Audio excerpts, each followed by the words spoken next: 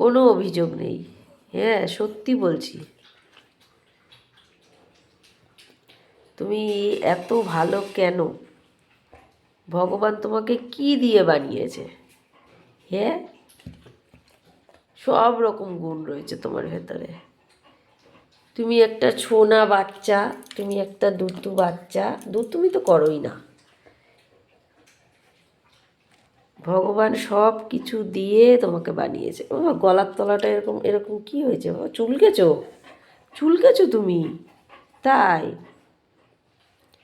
আমার ধলিকে সবাই আশীর্বাদ করবেন, ও যেন সারা বছর সুস্থ থাকে।